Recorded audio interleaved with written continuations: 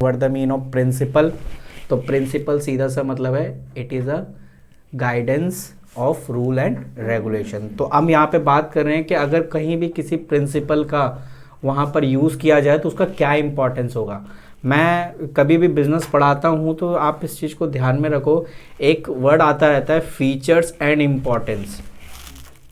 Features और importance में क्या फ़र्क होता है? इम्पॉर्टेंस जिसे हिंदी में कहते हैं महत्व, और फीचर्स जिसको हम कह या कैरेक्टरिस्टिक कह दो जिसको कहते हैं विशेषता।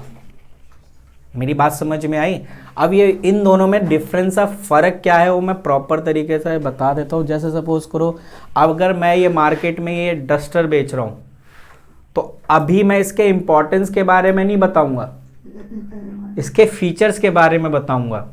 इम्पोर्टेंस तो तब पता चलेगा ना जब वो बंदा इसको यूज़ करेगा, महत्व तो तब पता चला ना जब इसको अपने यूज़ किया।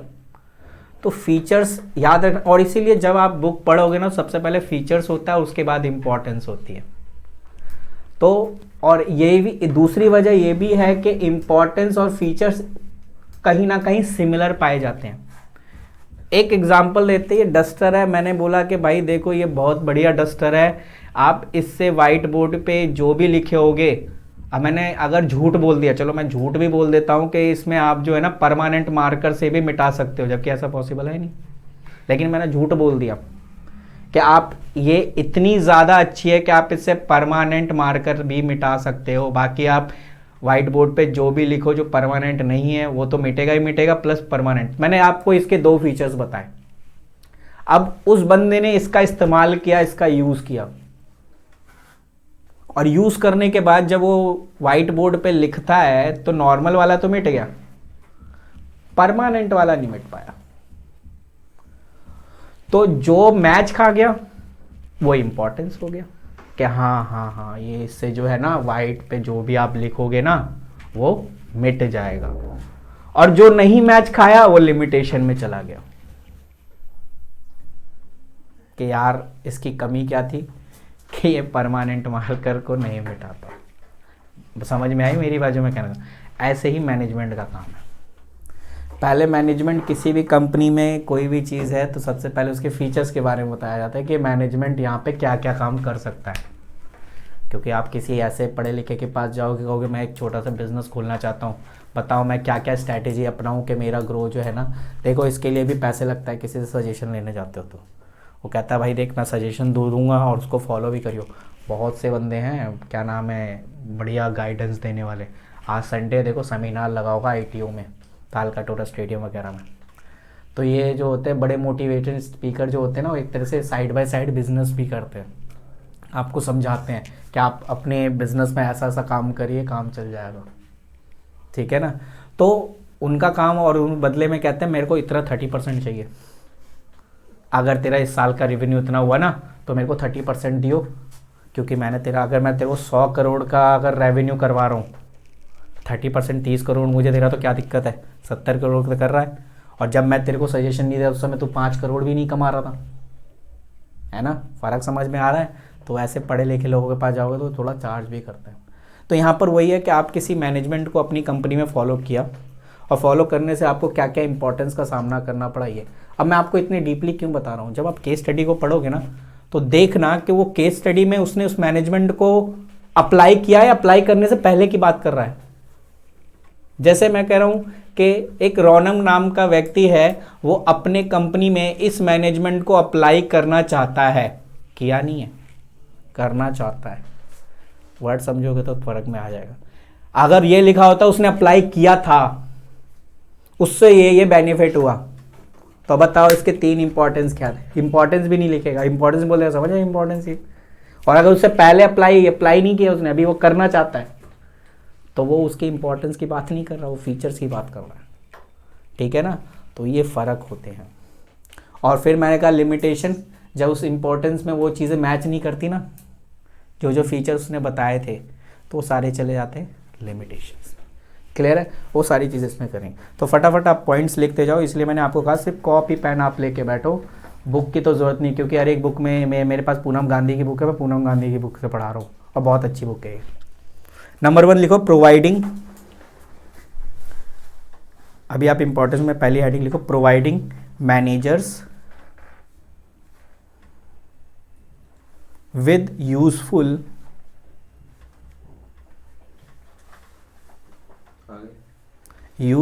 इंसाइट, INSIGHT, अरे भाई पढ़ाना पड़ता है क्या करें, इनटू रियलिटी।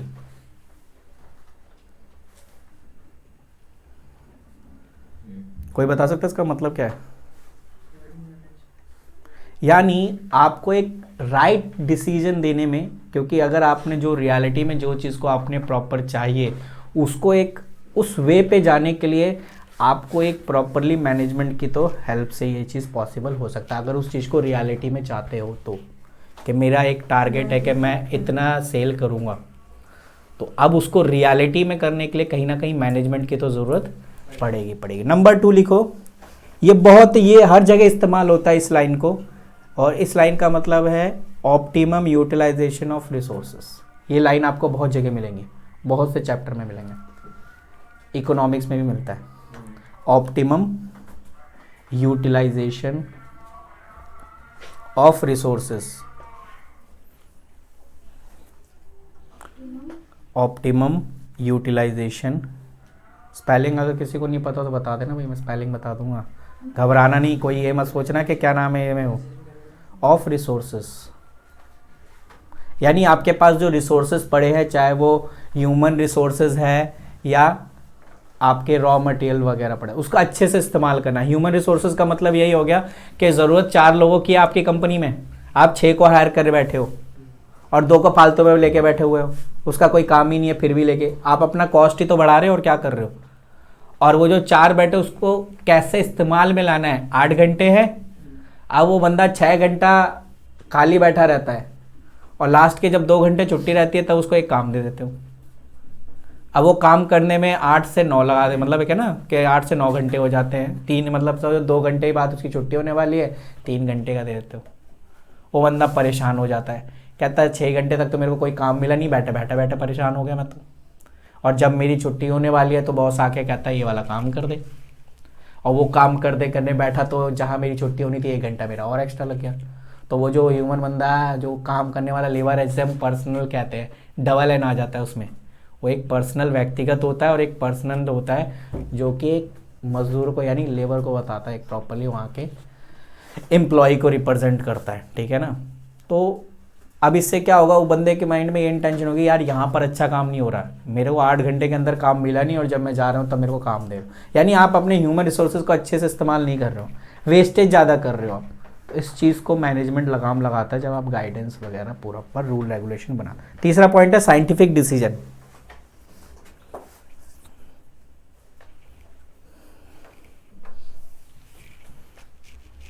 साइंटिफिक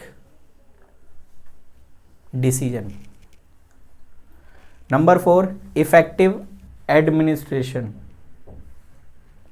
और ये सारे मैनेजमेंट के ही हैं। और लास्ट पॉइंट लिखना है बस, इफेक्टिव एडमिनिस्ट्रेशन। और last point fulfilling social responsibility.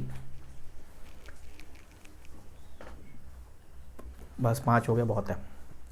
अपने मेन मुद्दे पे जाएंगे जहाँ अभी तक अभी पहुँचे नहीं हम।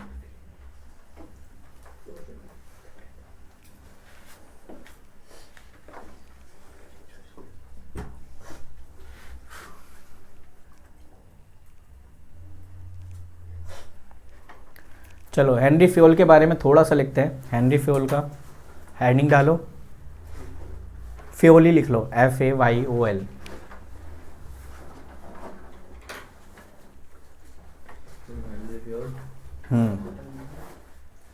हेनरी फ्योल में बॉर्न जन्म, हाँ है नहीं 1941 में, तो फिर तो अभी वो जिंदा ही रहता फिर तो।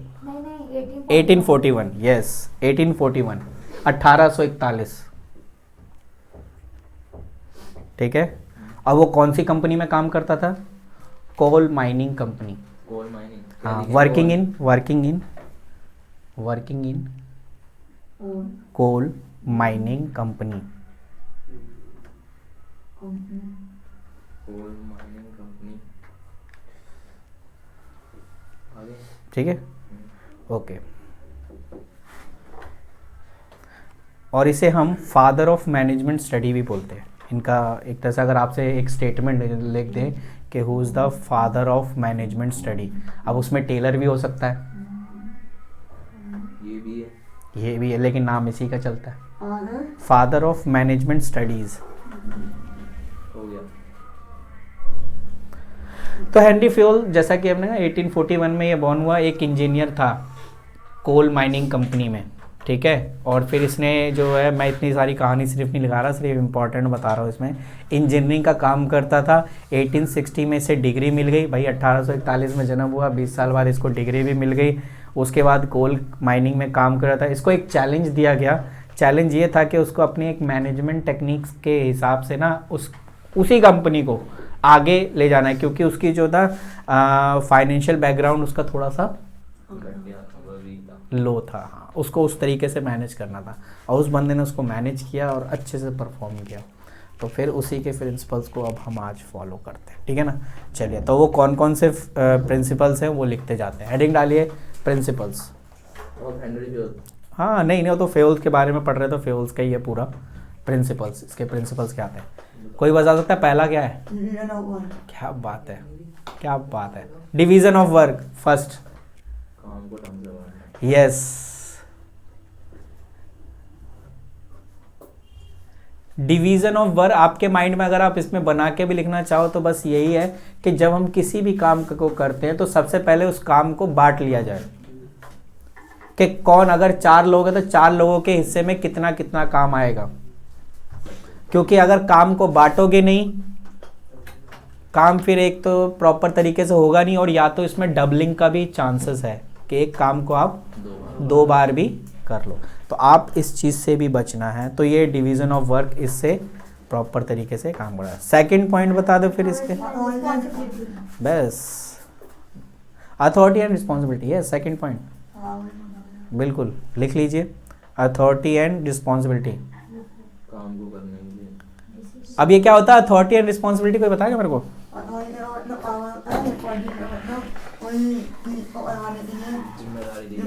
बस अगर मैं आपको कोई जिम्मेदारी दे रहा हूं तो आपको थोड़ी सी पावर भी दूंगा, ठीक है ना। अगर मैं आपको पावर नहीं दे रहा, सिर्फ जिम्मेदारी दे रहा हूं, तो आप उसके रिगार्डिंग जवाबदेही कैसे बनोगे? अभी आगे आएगा इस पॉइंट को। जिम्मेदारी मतलब आपको उसको एक काम दिया गया कि चल तेरा काम है, ये टारगेट है, आज ये वाला पॉइंट कंप्लीट हो रहा है, यानी आज का टारगेट है 100 यूनिट बना के रेडी कर देना। ओके, आपने मेरे को रिस्पॉन्सिबिलिटी, जिम्मेदारी दे दी, ठीक है सर, मेरे को थोड़ी सी पावर भी तो दो। पावर क्या करेगा लेके? पावर लेगा तो फिर तो तू हवा में नहीं उछल जाएगा। कह रहे ऐसा है क्यों? अगर कोई लेबर काम ना करे तो मैं उसे कम से कम निकालने का कम से कम ये हक तो है कि बंदा काम नहीं कर रहा तो उसको निकाल दो, और उसके अंदर माइंड में डर रहे तो काम भी करे वो। अच्छा ऐसा भी है क्या? चलो ठीक है, तुम्हें मैंने रिस्पॉन्सिबिलिटी दी, रिस्पॉन्सिबिलिटी के साथ साथ आपको क्या दे रहा हूँ? अथॉरिटी भी दे रहा हूँ कि आप चाहो तो जिसको भी फायर कर सकते हो। अब आप काम कर पाओगे, लेकिन अगर फिर भी काम कंप्लीट नहीं हुआ ना तो आपको जवाब देना पड़ेगा, और आप सुनोगे भी कि भाई तूने काम क्यों नहीं किया, क्योंकि मैंने तुम्हें पावर दी है। आपने उस पावर, अब मैंने क्या कहा, तुमने बोला जिम्मेदारी, तो जिम्मेदारी के साथ साथ रिस्पॉन्सिबिलिटी के साथ साथ आप अथॉरिटी तो दिया मैंने, फिर भी तुमने काम नहीं कंप्लीट किया, तो अब तू यहाँ पे क्या गाना गाने आया है? आप सुन फिर, और इसके बाद फिर मैं फायर करूँगा तेरे को। अगर तू औरों को फायर कर सकता तो मैं तेरे को फायर करूँगा, है ना। तो ये सारी चीज़ें इसमें चलती है। तो अथॉरिटी और रिस्पॉन्सिबिलिटी ये दोनों साथ साथ चलते हैं। तो जब किसी को जिम्मेदारी दी जाती है तो साथ साथ उसको ओके। और ये इसमें ना डिफरेंस आ सकता है, right the difference between authority and responsibility, ठीक है। तो इसके बीच में डिफरेंस भी देख लेना। अच्छा अगला पॉइंट कौन सा है? ये तो वेरी इंपॉर्टेंट है ना। Third point is discipline.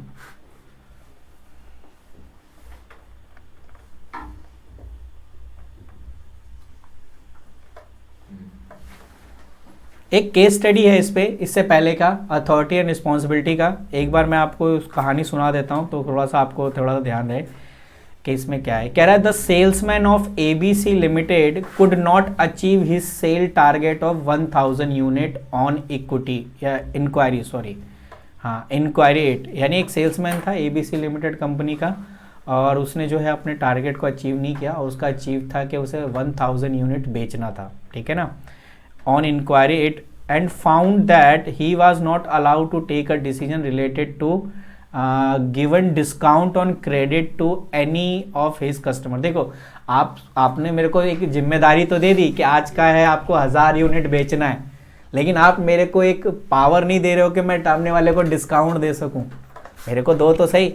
अगर मेरे से बोलेगा प्रोडक्ट कितने का है, 500 का है, तो यार मैं अगर वो सामने वाला कस्टमर मेरे से ऐसा थोड़ी कहेगा कि 500 में थोड़ी ले लेगा वो, या सेल मैंने थोड़ी लिखा है उस पर। तो मैं अगर उसको चाहूँ क्या डिस्काउंट दे सकता हूँ? तो उसमें यही चीज़ है कि उसको ना ये अथॉरिटी नहीं दी गई थी कि वो डिस्काउंट दें। तो वही कह रहा है state the principle of management violated in this case. तो ये कौन सा प्रिंसिपल है जो यहाँ पे वायलेट हो रहा है? तो आपने रिस्पॉन्सिबिलिटी तो दे दी लेकिन अथॉरिटी नहीं दी। ओके, तो इस टाइप का केस स्टडी थोड़ा बन के आएगा तो समझ लो, ठीक है। ओके, समझदार को। तीसरा है डिसिप्लिन। डिसिप्लिन तो जरूरी है, जिसे हम हिंदी में कहते हैं अनुशासन। डिसिप्लिन से हर काम चलता है। डिसिप्लिन में ये लिखा हुआ है कि सुबह 9 बजे से आपका ऑफिस ओपन हो जाएगा। इस बिजनेस में आना है तो सुबह 9 बजे और शाम के 6 बजे, ठीक है। यहाँ धूम्रपान करना मना है, लिख दिया मैंने। तो ये क्या है? ये एक डिसिप्लिन आपको बता रखा है कि अनुशासन है कि आपको 9 बजे ही आना है, और अगर आप 9 से 15 मिनट लेट है तो आपको ये भी पनिशमेंट भी मिलेगी कि अगर आप उस डिसिप्लिन को फॉलो नहीं करते हो, ठीक है ना। तो अब क्या होगा, ज़्यादा से ज़्यादा क्या उस दिन का अटेंडेंस नहीं लगेगा, या क्या दो कि उसमें हाफ होगा, मतलब लंच टाइम तक का जो उससे ना हाफ वाला जो है वो कट जाएगा, आपकी हाफ सैलरी कट जाएगी। तो ये भी मतलब अगर आप डिसिप्लिन को फॉलो नहीं करोगे तो आपको कहीं ना कहीं पनिशमेंट है। चौथा, unity of command. Next point is unity of command.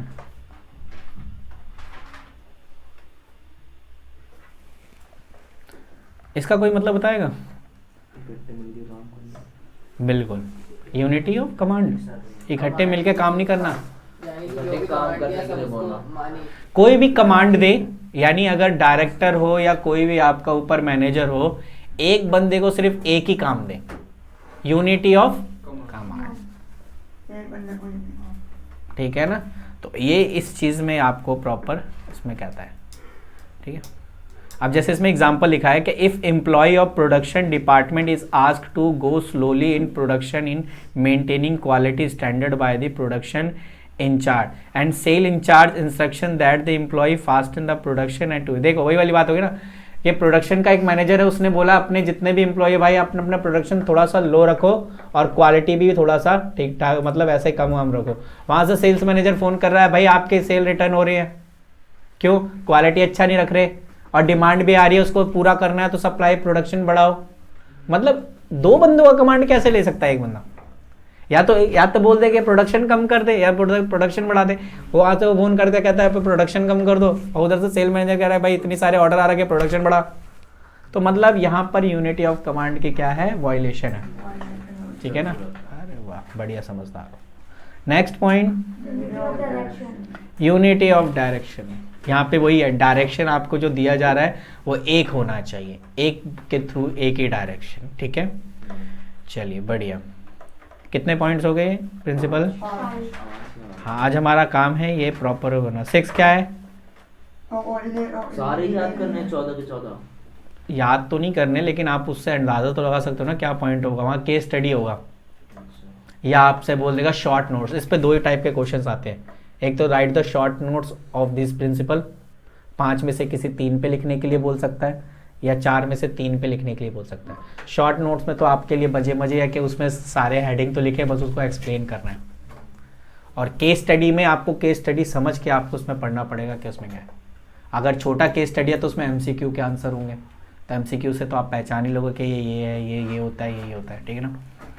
तो इसलिए आप बस इसका माइंड में रखना है कि इसमें क्या होता है। तो subordination of individual interest to the general interest, है ना, यही है ना। Okay, subordination of individual interest to general interest का मतलब कोई बताएगा? इंटरेस्ट टू जनरल इंटरेस्ट वो अपने जो एम्प्लॉय है उन्हें कोई बताएगा इसका मतलब क्या एक होता है? आदमी के इंटरेस्ट को सबका इंटरेस्ट। हम कंपनी के लिए काम कर रहे हैं तो सबका टारगेट एक ही होना चाहिए, goal of profit of organisation, individual नहीं। इंडिविजुअल गोल पे काम ही नहीं करना हमें, ठीक है ना। अगर मेरा रिश्तेदार है, उसने मेरे को कहा यार मेरे से रॉ मटेरियल खरीद ले, हैं, और वो रॉ मटेरियल आपको महंगा दे रहा है और तुम फिर भी खरीद रहे हो, क्यों? क्योंकि तुम्हारा रिश्तेदार है, तुम उसका बेनिफिट कराना चाहते हो। वो एक इंडिविजुअल हो गया।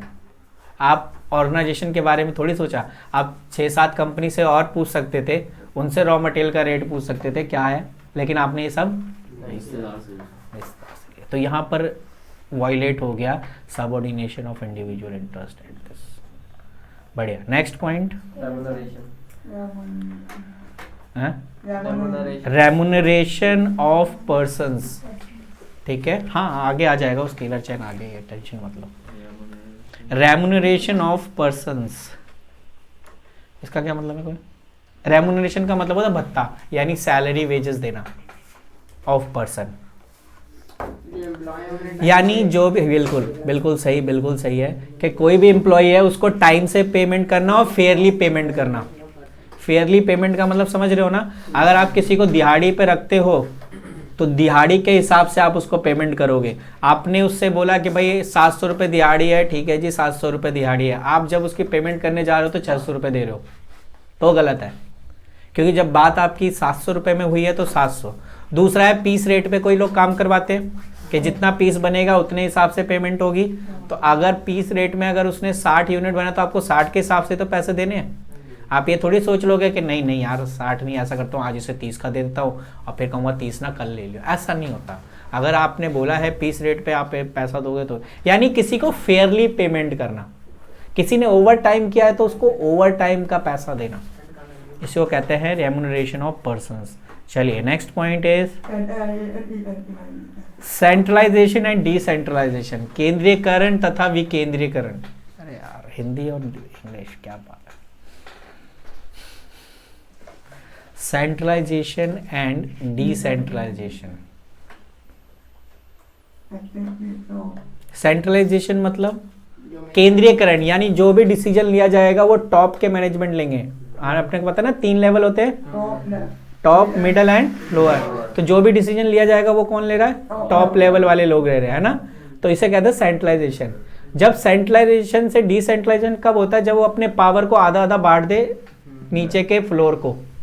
ऐसा कर यार तू ना, ऐसा कर यहाँ तक हैंडल कर ले, मेरे से साइन करवा लियो बस। साइन करवाने मतलब परमिशन तो एक्चुअली में इनडायरेक्टली तो वही दे रहा है, बट उसने क्या किया अपने पावर को डिवाइड कर दिया। इसको कहते हैं डिसेंट्रलाइजेशन। इंडिया में गवर्नमेंट सेंट्रलाइजेशन नहीं है, डिसेंट्रलाइजेशन, क्योंकि स्टेट गवर्नमेंट भी है और सेंट्रल गवर्नमेंट। सेंट्रल गवर्नमेंट अपने हिसाब से काम करती है और स्टेट गवर्नमेंट अपने हिसाब से काम करती है, ठीक है। वो स्टेट के रिगार्डिंग वेलफेयर के रिगार्डिंग काम करती है और सेंट्रल गवर्नमेंट सेंट्रल के रिगार्डिंग काम करती है। तो यही है आपका सेंट्रलाइजेशन और डिसेंट्रलाइजेशन, ठीक है। जब डिसीजन, सेंट्रलाइजेशन मतलब जब decision are taken by top management and follow the subordinate, follow by the subordinate, called a centralisation, ठीक है ना। And decentralisation means powers are distributed to among the level या 3 लेवल। 3 लेवल लिखोगे वो best है। Among the level का मतलब बहुत सारे लेवल है, 3 लेवल, ठीक है, ठीक है ना। ओके, अरे ये बना के ऐसे लिखो, देखो अब ऐसे बना के लिख दो तो कहीं लिखा तो है नहीं, आप बना के लिख सकते हो, कहीं वो थोड़ी है। ओके, और इसके बीच डिफरेंस आ सकता है पेपर में। जिनके बीच डिफरेंस आएगा मैं आपको, और साइड में आप चाहो तो उसमें लिख भी सकते हो, डिफरेंस भी आपने साथ साथ इसका पढ़ना है बुक में। एक मैंने बोला था अथॉरिटी एंड रिस्पॉन्सिबिलिटी में डिफरेंस आ सकता है, और ये सेंट्रलाइजेशन और डिसेंट्रलाइजेशन में। और नेक्स्ट है 9th प्रिंसिपल, 9 है ना, प्रिंसिपल ऑफ स्केलर चेन। यहाँ तो ये वाला तो आपने पहले भी पढ़ा होगा कहीं ना कहीं है। हाँ, इसे कहते हैं कम्युनिकेशन को आता है नहीं स्केलर चेन का मतलब पता है किसी को? कोई ऐसा जिसे स्केलर चेन के बारे में नहीं पता? बिल्कुल, तो मैं समझा देता हूँ। नहीं, प्रभु को नहीं पता है, प्रभु को बताना ये इसी के पॉइंट है ना प्रिंसिपल से। हाँ जी, देखो, हाँ देखो, ये तो मेन चीज़ है। स्केलर चेन का मतलब है communication, communication to subordinate to superior या superior to subordinate, up down दोनों होगा ना। बट ये है कि एक डायरेक्टली नहीं होगा, इनडायरेक्ट। यानी अगर मेरे से कोई बड़ा है ऑफिस में, पहले मैं अपनी बातें उसको रखूंगा, वो फिर ऊपर जाएगा, वो फिर ऊपर जाएगा, और फिर वो ऊपर जाएगा और टॉप के वाले को समझाएगा, ठीक है ना। इसे कहते हैं स्केलर चेन। तो इसकी एक मेरिट्स भी और इसकी डीमेरिट्स है, तो मेरिट और डीमेरिट दोनों लिख लो इसके, क्योंकि पॉजिटिव और नेगेटिव दोनों पूछता है। हाँ, इसके पूछता है, इसलिए मैं इसी के लिखवा रहा हूँ, और किसी के आपको नहीं लिखवाए, लेकिन आप उसके भी पॉइंट्स आपको पता होंगे, लेकिन इसके पढ़ लेते हैं। तो पॉजिटिव इफेक्ट में लिखिए, या मेरिट्स में कुछ भी लिख सकते हैं, सिस्टमैटिक फॉलो ऑफ इंफॉर्मेशन, यानी दुनिया इधर से उधर हो जाए। भाई साहब, हम सिस्टमैटिक तरीके से काम करते हैं, अनुशासन में काम करते हैं, हम काम करेंगे। फॉलो ऑफ इंफॉर्मेशन, यानी सिस्टमैटिक तरीके से आपको अपनी इंफॉर्मेशन को पहुंचाना है, जो हम पहुंचाते हैं, ठीक है ना। No communication gap in the organisation, और कोई गैप नहीं होनी चाहिए। No communication gap in the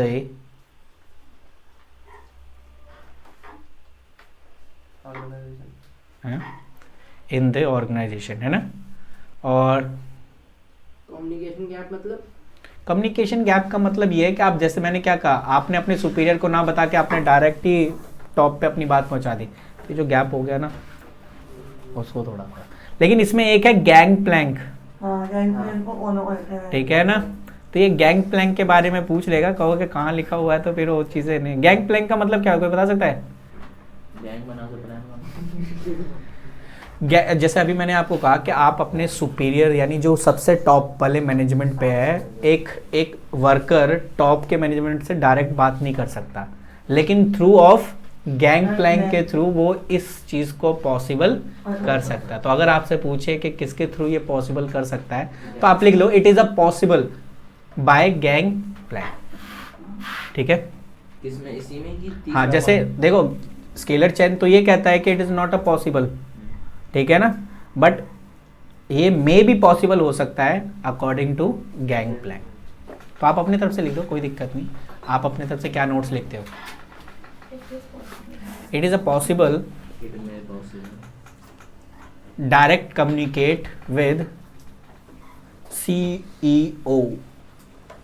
वो कौन सा वाला CEO? वो वाला CEO नहीं CEO इट में possible direct communicate with CEO, chief executive officer. हाँ, गैंग प्लैंक, ठीक है ना। यानी एक वर्कर अपने CEO से बात कर सकता है through the gang plank. Okay, done it. चलिए बढ़िया। डीमेरिट्स, डीमेरिट्स में एक पॉइंट्स लिख लो।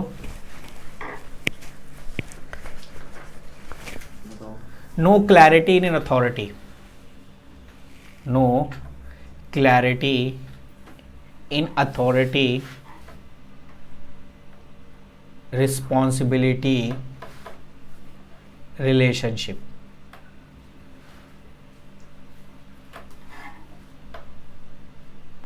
No clarity in authority, responsibility, relationship. इसका मतलब ये है कि आप अपनी बात को 10 लोगों के बाद मेन बंदे के पास जाएगा। वो हम एक गेम खेलते हैं ना, और उसके पीछे पीठ पे लिखेगा, या आप उस किसी को कुछ बोलो, उससे बोलो आगे से फॉरवर्ड करे, आगे फॉरवर्ड, तो धीरे धीरे उसका जो है ना कम्युनिकेशन कुछ और बोलते जाता है। या आप चाहो तो एक गेम खेले ना, आप अपने से है ना कुछ भी स्केल बना के पीछे वो बैक साइड पे नहीं कुछ लिखा, सामने वाले को बोला तू भी इसको आगे पोस्ट कर, आगे पोस्ट कर। वो बाद में पोस्ट करता था, मैं लिख रहा हूँ के, तो आगे जाके पहुँच गया पी।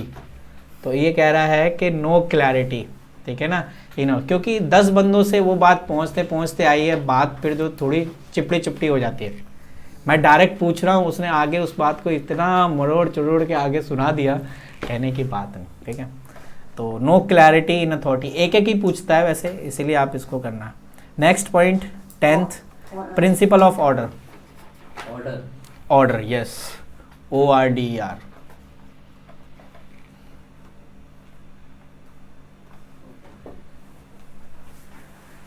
यहाँ पे ऑर्डर का, प्रिंसिपल ऑफ ऑर्डर का मतलब है मैनेजमेंट के, मैनेज करना मैन को, ठीक है ना। इसमें जो वर्ड लिखा हुआ है man and material that fix place everything, यानी सब चीज अपने स्थान पर होनी चाहिए प्रॉपर ऑर्डर में। ताकि वर्कर जब कंपनी में आए तो उनको वो सामान वहीं मिले जहां पर वो होनी चाहिए। एक ड्रॉअर है जो पेन ड्रॉअर है, इसका मतलब है उसमें जितनी भी पेन होंगे सारे रिलेटेड वहीं मिलेंगे। तो अगर किसी वर्कर को पेन लेने जा रहा हो, वहां पे पेन नहीं पड़ा हुआ तो इसका और पेन कहीं और पड़ा हुआ है। इसका मतलब है आपने जो प्रॉपर ऑर्डर किया है, आप देख के चले जाओ, विशाल मेगा मार्ट हो गया, ये आपका रिलायंस फ्रेश हो गया, वो क्या करते हैं, हर एक कॉलम बना देते हैं कि यहाँ पर शैम्पू डिपार्टमेंट तो प्रॉपर शैम्पू मिलेगा, यहाँ आटे का डिपार्टमेंट यहाँ आटा होगा, यहाँ पर चॉकलेट से रिलेटेड। तो मतलब ये क्या करते हैं, छोटे और बंदे उसी हिसाब से जाते हैं और वहाँ डिपार्टमेंट से खरीद लेते हैं। यानी हर चीज़ एक प्रॉपर ऑर्डर में होना चाहिए। रॉ मटेरियल कहाँ रखा हुआ है, आप ढूंढ रहे हो, उसमें स्टोर रूम में जाके हमने वैसे ही उठा के फेंक दिया कि जा भाई स्टोर रूम से उठा लियो। स्टोर रूम में देख रहा हूँ इतना कबाड़ा हो रखा है, पता नहीं कहाँ है, ढूंढना ढांढना टाइम और जा रहा है। तो अगर आप उसको प्रॉपर एक ऑर्डर में रख देते हो, आप या तो वहाँ पे रैक बना दो, और रैक बनाने के बाद आप वो सामान जो वहाँ पे होना चाहिए वो वहीं पे हो। ठीक है, तो इसको कहते हैं प्रिंसिपल ऑफ ऑर्डर। ऑर्डर, ठीक है ना, यस। यानी आप ब्रैकेट में लिखो अरेंजमेंट, ताकि आपको ये ऑर्डर वो वाला ऑर्डर ना लगे जो आप समझ रहे हो गया ना। Next, equity, principle of equity.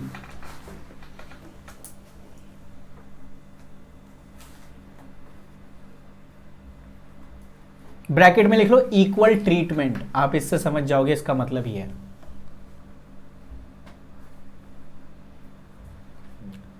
हर एक लोगों के साथ इक्वल ट्रीटमेंट करना है, ये नहीं कि ये मेरा रिश्तेदार है तो मैं इसे डांटूंगा नहीं या इसे, काम लूंगा। हाँ मेरी बात समझ में आई।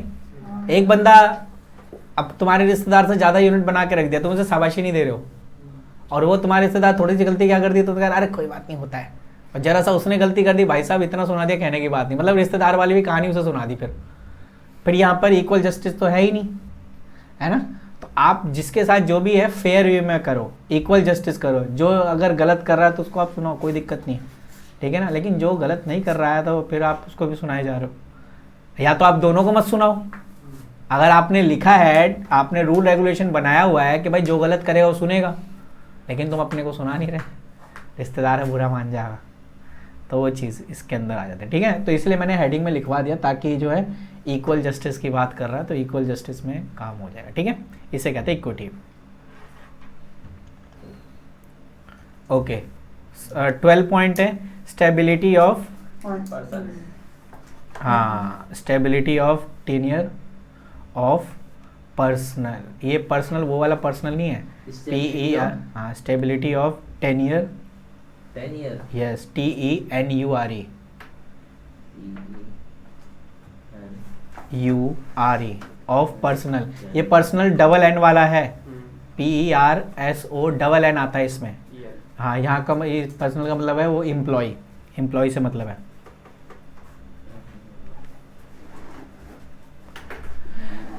देखो आपके कंपनी में कोई एम्प्लॉय क्यों टिकेगा, जब उसको अच्छा इन्वायरमेंट मिलेगा, हैं। आपके कंपनी में आने का मतलब है आप या तो चले उसको पंखा नहीं दे रहे हो, चला नहीं रहे हो, हैं, कहते हो यार इससे बिजली का बिल ज़्यादा जाएगा, हैं, और पानी बिस्लेरी का नहीं पिला रहे, उसे कहते सरकारी पानी पे यहाँ नल में आगा वही भर लियो वही पियो, और बंदा फिर 1-2-3 दिन बाद वो बीमार पड़ जाता है।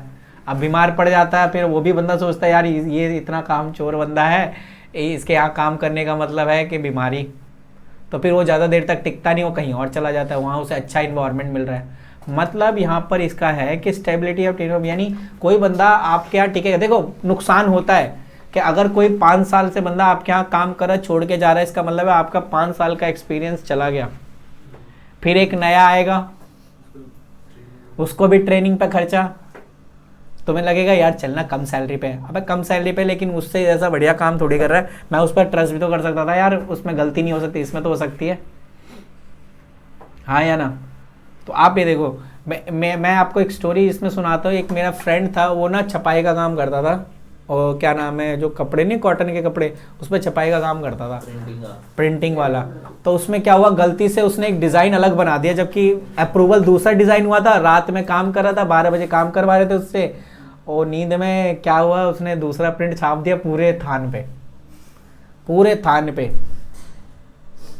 और 25 लाख का नुकसान हो गया मालिक का। अब मालिक उसे निकाल भी नहीं सकता, लेकिन मालिक कह रहा भाई इसको कहीं ना कहीं से निकाल तो दे, ये जो कपड़े हैं मतलब कोई। अब ये बताओ, आपको जो बोला गया आपने वो प्रिंट नहीं किया, आपने दूसरा किया, मैं कैसे ले लूँ? उसकी थान तो बर्बाद हो गई। उसने 3-4 महीने की सैलरी रोक ली उस बंदे की। अब वो क्या नाम है, वो बंदा फिर भी कह रहा मेरे को सैलरी दे दो। अब ये बताओ गलती क्या किसकी मानी जाएगी? क्या एम्प्लॉय को सैलरी देनी चाहिए? हाँ, क्यों देनी चाहिए? 12 में कौन काम कराता है? जब किस चीज़ इंपॉर्टेंट होना आप मना कर सकते थे। मना आपको मना करने की क्षमता होनी है कि सर मैं रात में काम नहीं करता, प्लीज़ आप सुबह काम करवाना, ये बोलने की हिम्मत है? आपने फिर भी इस चीज़ को एक्सेप्ट किया ना, तो नुकसान हुआ ना। मैं अगर 30,000 की सैलरी दे रहा हूँ या मेरा 25 लाख का नुकसान हो गया, फिर ठीक है ना। तो आप मना करने, कंपनी किसी की सगी नहीं होती। आप जो इतनी चापलूसी करोगे ना, आप जाओगे ना फ्यूचर में किसी कंपनी में काम करने, चाटू मिलेंगे आपको, जो बॉस की इधर उधर घूमते फिरते रहेंगे, तो सोचेंगे भाई मेरे को ना निकाले ना ऑफिस से, और आप नए नए होंगे तो आप पे रोज धोस जमाओगे।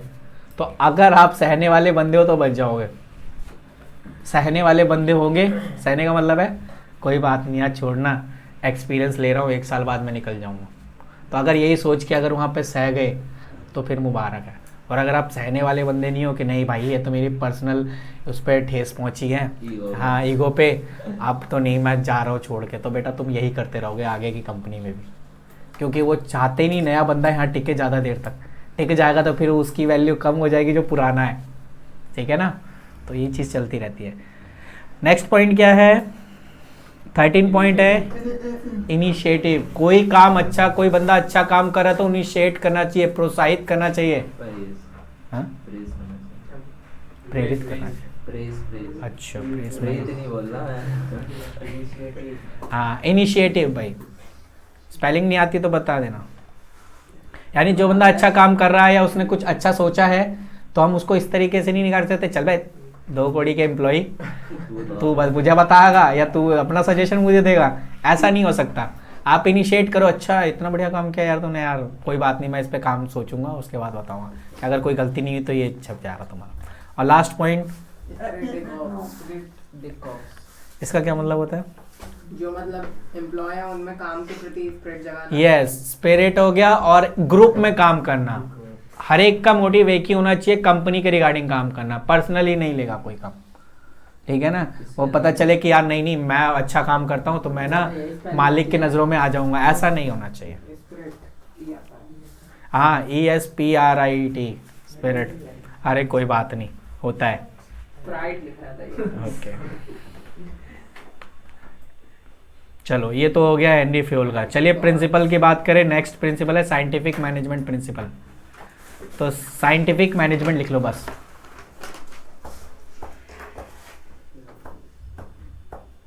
और इनका जन्म हुआ था, टेलर है ना? हाँ हाँ टेलर लिख लो। पूरा नाम क्या है? FW Taylor. हाँ आप अच्छा, क्या लिखना? बॉर्न 1856, टेलर साहब का है। साइंटिफिक मैनेजमेंट किसका है? टेलर। 1856 में 19 में ही सबको पैदा करेगा क्या? वरना वो जिंदा नहीं रहते। 1856। हाँ, और ये भी किसी कंपनी में काम करते थे जिसका नाम है मिडवल स्टील कंपनी, MI,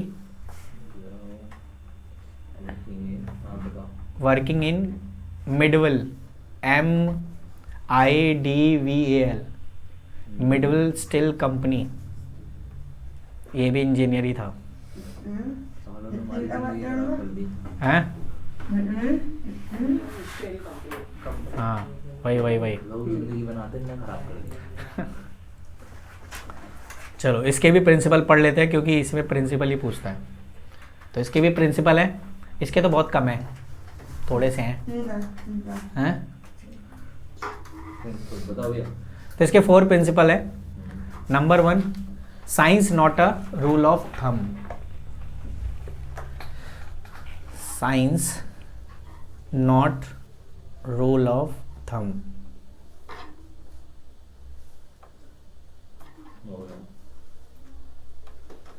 ठीक है ना? साइंस से अंगूठी का खेल नहीं है। इसका क्या मतलब? रूल ऑफ थंब तो होता ना जो इलेक्ट्रिसिटी के चार्ज को वो दिखाता था। अच्छी है हाँ कि एक बंदा कैसे डिमोटिवेट ही किया जाता है उसको, फिर बंदा इस तरह से ग्रो करता है। यूट्यूब से मैं तो सीखा है, हमें भी करना चाहिए ना। चलो कोई बात नहीं। यहाँ का मतलब है साइंस नॉट है रूल ऑफ थंब का मतलब यहाँ पे पता क्या है? रूल ऑफ थंब का मतलब होता है निरंकुश शासन। निरंकुश शासन का मतलब ऐसा राजा जो किसी की नहीं सुनता, जो करता है अपनी करता है। तो ऐसे ही ऑर्गेनाइजेशन में भी कुछ ऐसे भी मालिक होते हैं ना, वो किसी की नहीं सुनते, है ना। वो जो सुनता है अपनी करता है, किसी की नहीं सुनता है। इसी को कहते हैं not the rule of thumb, ठीक है ना। वो जो है अपनी, अगर देखो अगर आप सबको लेके चल रहे हो, कंपनी के हिसाब से चल रहे हो, गोल अपना एक ही टारगेट है, तो आपको सबको मानना पड़ेगा। तो ये छोड़ दो कि बॉस जो बोलेगा वही करेगा, बॉस ऑलवेज राइट, नहीं। उसे बताओ भाई ये गलती हो रही है, आप बताओगे तभी होगा। इसे कहते हैं science not a rule of thumb, ठीक है ना। निरंकुश तरीके से काम नहीं करना है अपने को कि भाई बॉस जो बोलेगा तभी करेंगे वरना नहीं करेंगे, तो फिर तो बैठा रहे तो बॉस बिजी पड़ा होगा वहाँ पे। तो इसका मतलब समझ आया, वो डिज़ाइनर नहीं है थंब का अंगूठा दिखा के, और ये वाला जो तुम वो कर रहे हो रूल वाला, वो कुछ नहीं है, ठीक है। ओके क्लियर है। तो इस चीज़ को आप एक बार पढ़ लेना, यही मतलब है इसका। हारमोनी नॉट डिस्कॉर्ड, बिल्कुल एकता बना रहता हाँ, मिलकर काम करना, ठीक है ना। Harmony HARMONY, not a discord. ओ स्पेलिंग बेटा तू भी लिख ले, लिख रहा हूँ, मुझे प्रॉपर लिखा है मैंने। पक्का ना? देखो तो ना। अभी लिखा है ना, अभी जो लिख रहा है, हाँ इससे याद हो जाएगा तेरे को, हाँ, ये। लास्ट वर्ड क्या था? हैं। डिस्कॉर्ड। डिस्कॉर्ड इसका क्या मतलब है? मिलकर काम करना, एक किसी एक इंडिविजुअली प्रॉपर एक मोटिव के अलग अलग नहीं काम करना है, ठीक है ना। सबका गोल एक ही होना चाहिए, अलग अलग अलग अलग नहीं, और मिलकर काम करना सबसे मेन चीज़ है। और ये किस में था, ये उसमें हेनरी फ्यूल भी तो इसी बात को बता रहा था, मिलकर काम करने वाला। मैंने कहा ना उसी से कहीं ना कहीं लिंक है। अच्छा तो थर्ड पॉइंट बताओ। Cooperation not individual. Cooperation not a individualism, okay. Cooperation, corporation है, कॉपरेशन है, कॉपरेट करना, operation not and individualisation. Yes individualise, वैसे इंडिविजुअलिज्म है। ऑर्गेनाइजेशन है ना। हाँ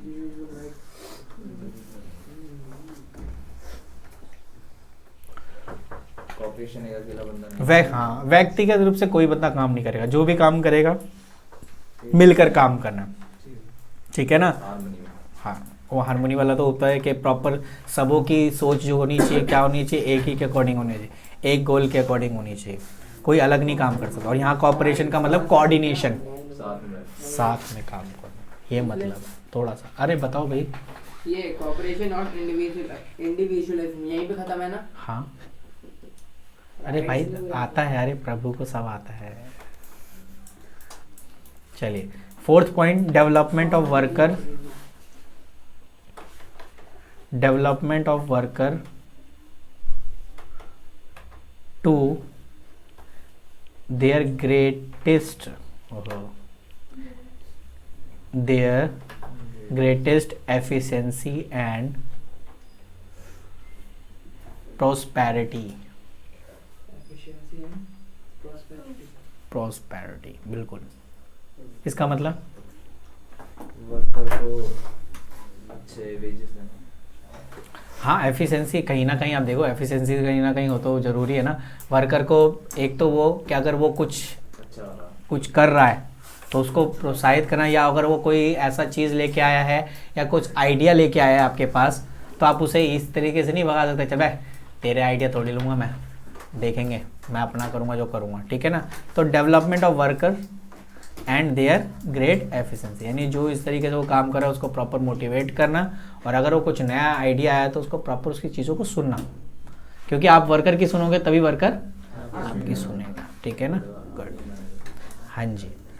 तो ये है आपका प्रॉपर तरीके से चार, ठीक है ना, साइंटिफिक टेक्निक ऑफ द, ठीक है ना। ओके तो ये तो आपका ख़त्म हो गया।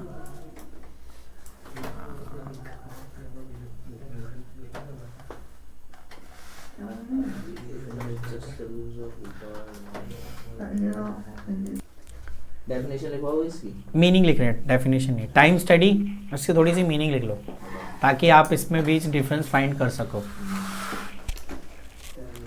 तो टाइम स्टडी में लिखिए, time study is a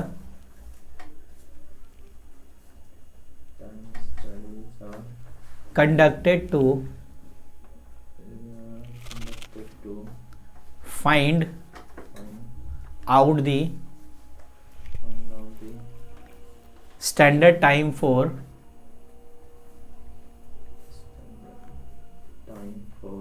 performing a task। कोई बता सकता है इसका क्या मतलब है?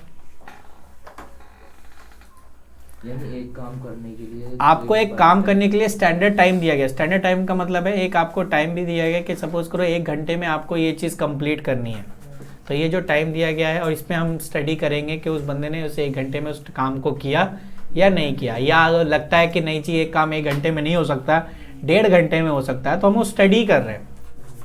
ठीक है ना? तो ये होता है टाइम स्टडी करना कि किसी काम को करने में कितना टाइम लगेगा। यानी जो मैंने स्टैंडर्ड टाइम फिक्स किया था 1 घंटा, क्या वो 1 घंटे में काम हो जाएगा या मुझे इस स्टैंडर्ड टाइम को चेंज करके 1.5 घंटा करना पड़ेगा।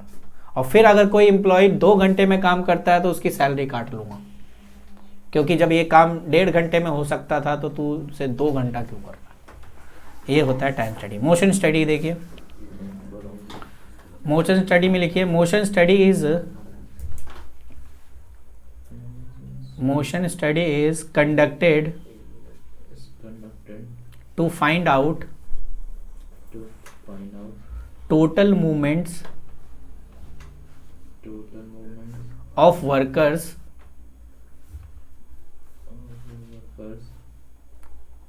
while they are performing the task। total movement of workers while they are performing the task। ठीक है? इसका मतलब ये है कि जब आप कोई वर्कर काम कर रहा होगा तो उसके मूवमेंट को देखेंगे कि वो बंदा काम को कर रहा है या नहीं कर रहा है। ठीक है ना? मूवमेंट को चेक करेंगे। ठीक है? पता चले काम दे दिया और काम दे के मैं चला गया, 1 घंटे बाद आ रहा है तो भाई साहब रगड़ रहे हैं, कहते भाई अभी मेरा जर्दा जाना जा रहा है थोड़ा सा, हाँ जब तक काम नहीं होगा नहीं। और फिर 10 मिनट जा रहा हूँ, फिर उसके बाद कहते भैया चाय का टाइम हो गया, चाय पी लें क्या, आधा घंटा 1 घंटा उसमें चला गया। फिर उसके बाद आए कह रहा भैया 1 बज गया, खाना खा ले क्या। तो ऐसे ऐसे करके यानी हम उसके एक तरीके से वर्कर का क्या करें, परफॉर्मेंस ऑफ टास्क पे क्या कर रहे हैं, स्टडी कर रहे हैं कि बंदा काम कर भी रहा है कि नहीं कर रहा है। ठीक है? तो ये होता है मोशन स्टडी।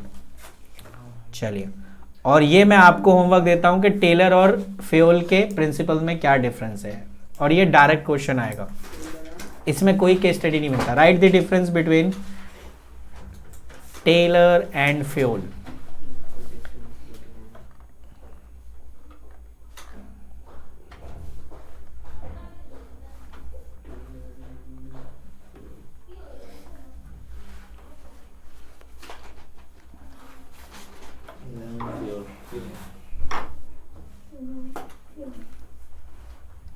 हो गया चैप्टर खत्म।